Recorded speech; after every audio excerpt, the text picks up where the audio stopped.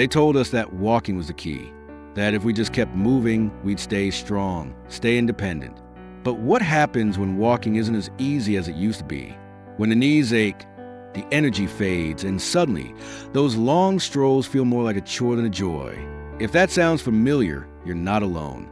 And I've got some good news. You don't have to rely on long walks to keep yourself fit, active, and thriving. In fact, there are 6 other things you can do that might be even better for your body, your balance, and your energy. You see, walking is great, but it's not the only way to stay strong. And for some people, pushing through pain or fatigue to get those daily steps, it might be doing more harm than good. That's why today, I want to show you smarter, easier, and more effective ways to keep moving, even if you're walking less than you used to. So, let's start with the first thing you should be doing instead. It might surprise you, but one of the best things you can do is sit, but with a purpose. No, I'm not telling you to lounge in front of the TV all day. I'm talking about something that could make or break your independence in the years ahead. Think about this. When was the last time you got up from a chair without using your hands? Try it right now if you can. If you can rise up effortlessly, that's a fantastic sign. But if you find yourself pushing off the armrests, leaning forward, or struggling just a little, that's your body telling you something. Leg strength, especially in your thighs and glutes, is one of the biggest predictors of how long you'll stay independent. And if walking has become a challenge, your leg muscles might already be weakening. But here's the fix. Chair exercises. Start with a simple movement. Sit down, then stand up using only your legs. If that feels tough, use your hands as little as possible. Do this 5 times in a row. If you practice this daily, you'll be amazed at how much stronger you feel in just a few weeks. And the best part? You don't need to go anywhere, and you don't need any fancy equipment. Just a sturdy chair and a little bit of effort. Now, here's another secret. Your feet might be stealing your strength. When was the last time you really paid attention to them? Most people don't think about foot strength, but weak feet can lead to balance problems, knee pain, and even hip issues. Try this. Lift your toes while keeping your heels on the ground. Now, press your toes down and lift your heels. These simple movements activate the muscles that support your ankles and improve your stability. If you can, do this while sitting, and once it feels easy, try it standing up while holding onto a chair for balance. Strong feet mean a strong foundation. And a strong foundation means you're less likely to shuffle, trip, or hesitate when you move. So, we've got 2 powerful alternatives to long walks. Strengthening your legs with sit-to-stand movements and waking up your feet to improve balance. But what about your core? Because let me tell you, your core is the real secret to keeping you steady, mobile, and pain-free. And that's exactly what we're about to tackle next. Now, let's talk about something most people overlook. Your core. You might be thinking, wait, isn't core strength for young gym goers with 6-pack abs? Not at all. In fact, after 60, your core is the one thing that keeps you from feeling wobbly, struggling with stairs, or, worst case scenario, falling. Think of your core like the trunk of a tree.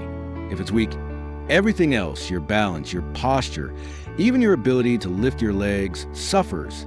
And if you've noticed yourself gripping onto railings more, catching yourself when you take a misstep, or hesitating before standing up, that's your body screaming for core strength. Here's a simple move that changes everything. Seated belly bracing.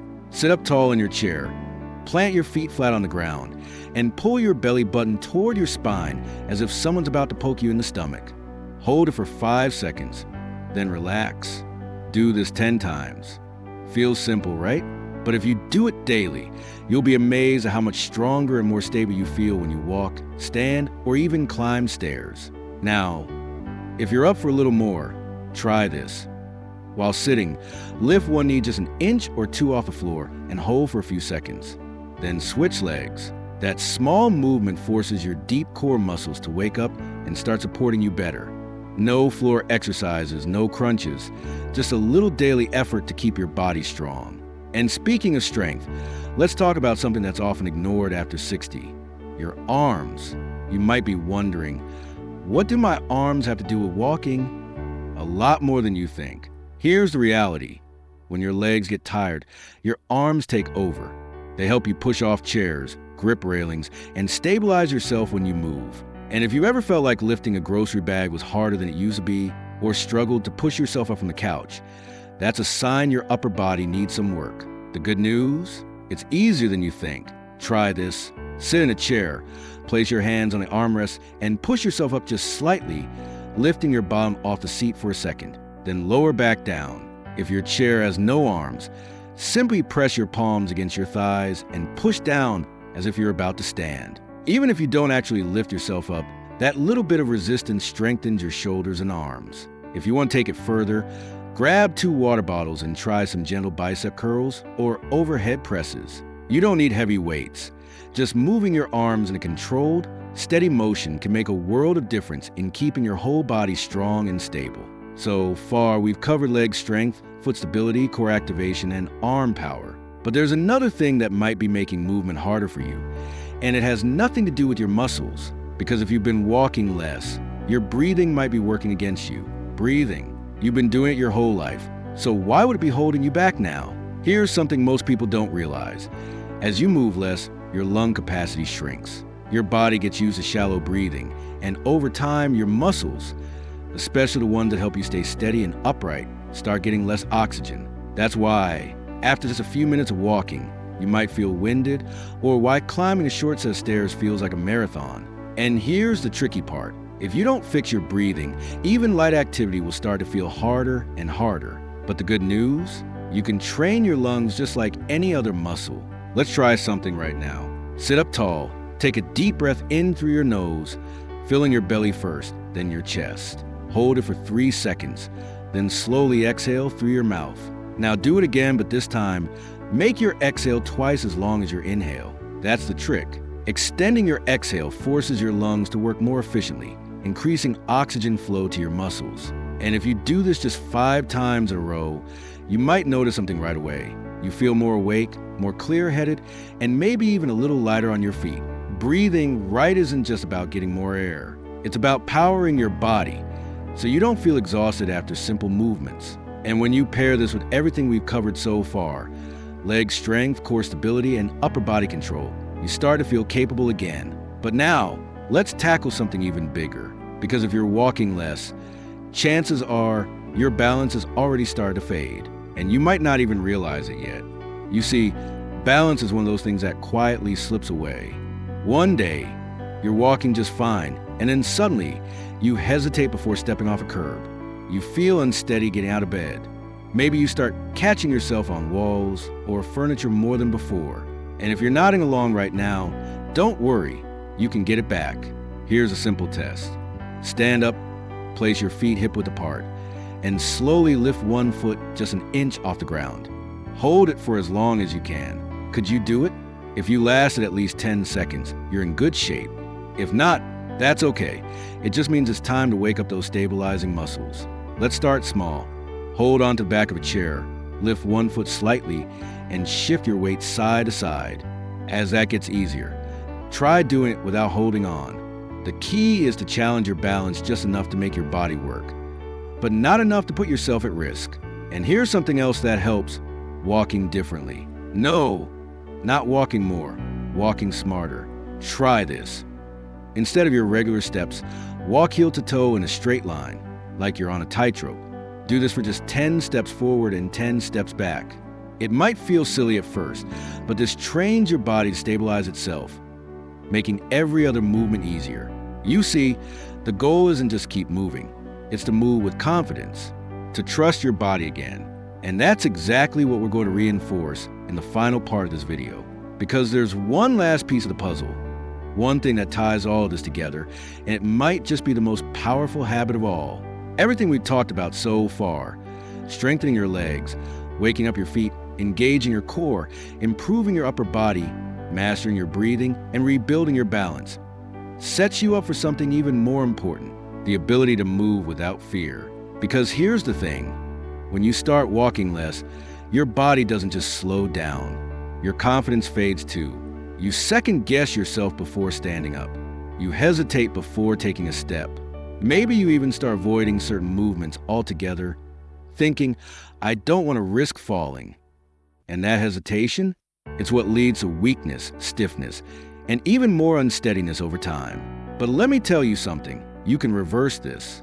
And the secret? Practicing movement in a way that feels safe, controlled, and natural. That's why the final thing you need to be doing instead of forcing long walks is something called dynamic movement. And no, it's not complicated. It's actually something you can do right in your living room. Here's how it works. Instead of just sitting or standing still, start moving through different positions deliberately. Try this. March in place, slowly, lifting one knee at a time, just a couple of inches. This wakes up your balance, leg strength, and coordination, all at once. Side steps.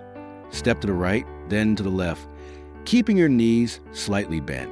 This strengthens the muscles that prevent falls. Gentle weight shifts. Stand with feet apart and shift your weight from one foot to the other. This teaches your body how to stay steady. Each of these takes less than a minute, but done consistently, they retrain your brain and muscles to trust movement again. And once your body trusts itself, you'll start to feel stronger, more stable, and more in control. Now, let's bring it all together. You don't need to walk 5 miles a day to stay healthy. You don't need to force yourself through pain, exhaustion, or discomfort just to keep up. But what you do need is to keep your body engaged, to keep using what you have, so you don't lose it. If walking feels harder than it used to, that's okay. Just replace it with something smarter. Strengthen your legs so standing up feels easy again. Wake up your feet so your balance stays sharp. Activate your core so you don't feel wobbly. Build your arms so getting up and carrying things feels effortless. Train your breathing so movement doesn't leave you winded. And most importantly, keep moving in ways that feel good for you. Because staying active after 60 isn't about how far you walk. It's about keeping your body capable. It's about staying in control. And if you've made it this far, I know one thing. You're not ready to slow down just yet. So here's my challenge to you. Pick just one of these movements and try it today. Then come back tomorrow and try another. Small efforts add up. And before you know it, you won't just feel stronger. You'll move through life with more confidence, independence, and ease. Now, I'd love to hear from you. Which of these movements do you think you'll try first? Let me know in the comments. And if you found this video helpful, hit that like button and subscribe. Because we're here to help you stay strong, stay independent, and keep living life on your terms. Here's to moving forward at any age.